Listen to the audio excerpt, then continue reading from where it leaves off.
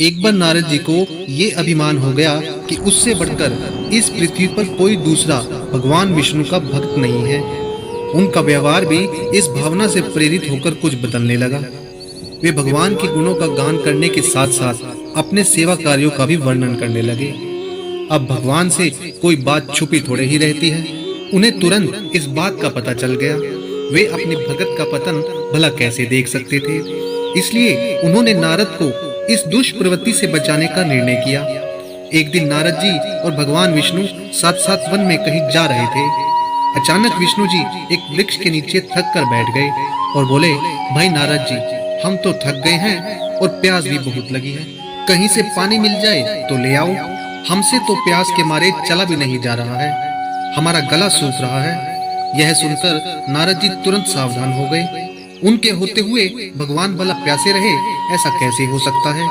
वे बोले, भगवान अभी लाया, आप थोड़ी देर प्रतीक्षा करें। नारद जी एक और दौड़ लिए। उनके जाते ही भगवान मुस्कुराए और अपनी माया को नारद जी को सत्य के मार्ग पर लाने का आदेश दिया। माया शुरू हो गई।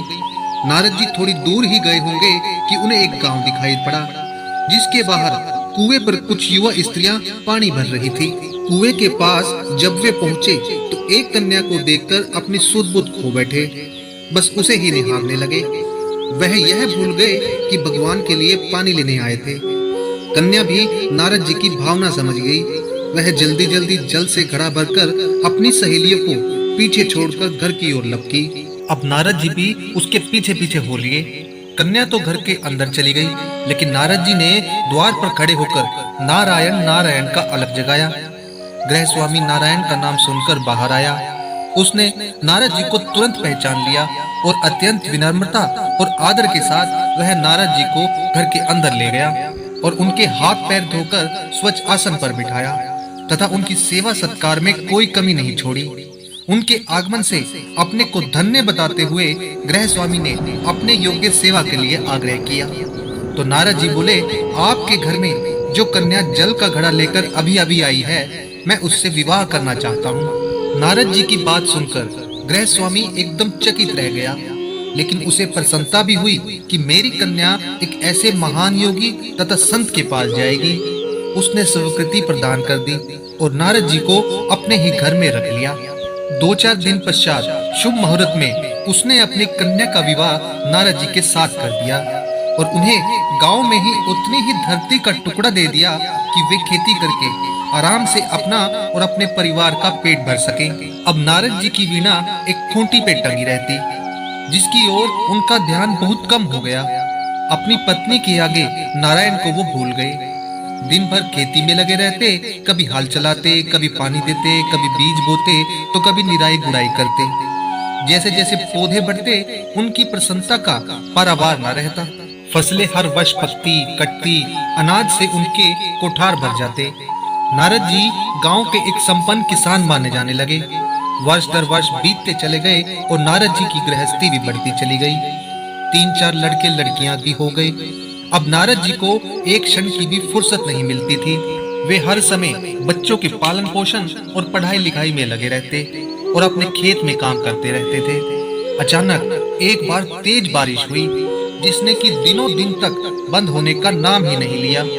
बादलों की गरज और बिजली की कड़क ने सबके हृदय में भय उत्पन्न कर दिया। मूसलाधार वर्षा ने गांव के पास बहने वाली नदी में बाढ़ की स्थिति पैदा कर दी। चारों ओर पानी ही पानी फैल गया। कच्चे पक्के सभी मकान ढहने लगे। घर का सामान बह गया। पशु भी डूब गए। अनेक व्यक्ति मर गए। गांव में त्राही त्राही मच गई। नारद अब क्या करे। उन्होंने भी घर में जो थोड़ा कीमती सामान बचा था उसकी गठरी बांधी और अपनी पत्नी और बच्चों को लेकर जान बचाने के लिए पानी में से होते हुए बाहर निकलने लगे। नारद जी बगल में गठरी थामे, एक हाथ से एक बच्चे को पकड़े और दूसरे हाथ से अपनी पत्नी को संभाले हुए थे। पत्नी भी एक बच्चे को गोद में और एक का हाथ पकड़े धीरे धीरे आगे बढ़ने लगे।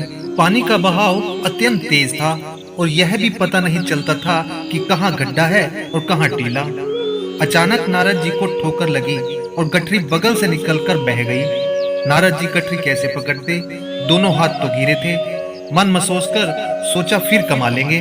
कुछ दूर जाने पर पत्नी एक गड्ढे में गिर पड़ी और गोद का बच्चा छूटकर बह गया। पत्नी बहुत रोई, लेकिन क्या हो सकता था। धीरे धीरे 2 बच्चे भी पानी में बह गए। उन्होंने बहुत कोशिश की बचाने की, लेकिन कुछ ना हो सका। दोनों पति पत्नी बड़े दुखी, रोते कलपते एक दूसरे को सांत्वना देते हुए कोई ऊंची जगह ढूंढते रहे। एक जगह आगे चलकर दोनों एक गड्ढे में समा गए। नारद जी तो किसी प्रकार गड्ढे में से निकल आए, मगर उनकी पत्नी का पता कहीं नहीं चला। बहुत देर तक नारद जी उसे इधर उधर दूर दूर तक ढूंढते रहे, लेकिन व्यर्थ रोते रट उनका बुरा हाल था। हृदय पत्नी और बच्चों को याद करके फटा जा रहा था। उनकी तो सारी गृहस्थी उजड़ गई थी। बेचारे क्या करें, किसे कोसे, अपने भाग्य को या भगवान को। भगवान का ध्यान आते ही नारद जी के मस्तिष्क में प्रकाश फैल गया और पुरानी सारी बातें याद आ गई कि वो किस लिए आए थे और कहाँ आ गए। ओहो, भगवान विष्णु तो उनकी प्रतीक्षा कर रहे होंगे। वो तो उनके लिए जल लेने आए थे और यहाँ गृहस्थी बसाकर बैठ गए। वर्षों बीत गए गृहस्थी को बसने में और फिर सब नष्ट हो गया। क्या भगवान अब भी मेरी प्रतीक्षा में उसी वृक्ष के नीचे बैठे होंगे? यह सोचते ही बाढ़ नदारद हो गई। गांव अंतर ध्यान हो गया। वो तो घने वन में खड़े थे। नारद जी पछताते और शर्माते हुए दौड़े। देखा कुछ ही दूर उसी वृक्ष के नीचे भगवान लेटे हैं। नारद जी को देखते ही वह उठ बैठे और बोले, अरे भाई नारद, कहाँ चले गए थे? बड़ी देर लगा दी, पानी लाए या नहीं? नारद जी भगवान के चरण पकड़कर बैठ गए और लगे अश्रु बहाने। उनके मुंह से एक बोल भी नहीं फूटा। भगवान मुस्कुराए और बोले, तुम अभी तो गए थे, कुछ अधिक देर थोड़े ही हुई है। लेकिन नारद जी को लगा था कि वर्षों बीत गए। अब उनकी समझ में आया कि यह सब भगवान की माया थी, जो उनके अभिमान को चूर चूर करने के लिए पैदा हुई थी। वो सोचने लगे, उन्हें बड़ा घमंड था कि उनसे बढ़कर त्रिलोक में दूसरा कोई भक्त नहीं है। लेकिन एक स्त्री को देखकर वे भगवान को भूल गए। उसको पछतावा होने लगा और उनका घमंड जरा सी देर में ढेर हो गया।